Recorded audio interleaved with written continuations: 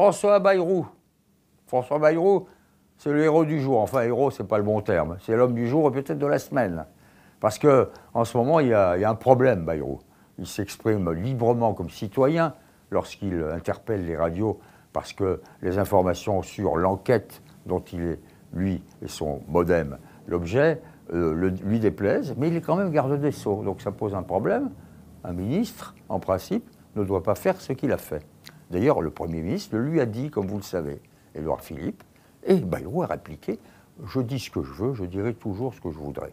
En d'autres termes, il affiche son autorité parce qu'il sait qu'il a un poids, un passé, un héritage, une expérience, et que c'est en grande partie grâce au fait qu'il est allé du côté de Macron au moment où Macron avait besoin de monter dans les sondages pendant la campagne, que Macron est devenu président.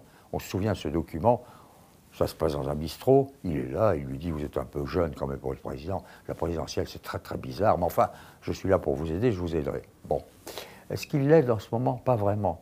Sauf que maintenant, si Macron a la majorité absolue, il a moins besoin de François Bayrou. De toute façon, si François Bayrou était mis en examen, ce n'est pas encore le cas, il serait obligé de sortir. Je me souviens de lui, sortir, ça va être difficile parce que voilà un homme qui rebondit. En 2009, il avait été victime de ce qu'on appelle un gadin. Il avait chuté à cause d'une altercation très maladroite avec Cohn-Bendit. Et à l'époque, on le disait « fini, foutu, salut Bayrou ». Ben, pas du tout. J'étais allé le voir dans son bureau pour voir à quoi ressemble un homme qui vient de vivre une défaite.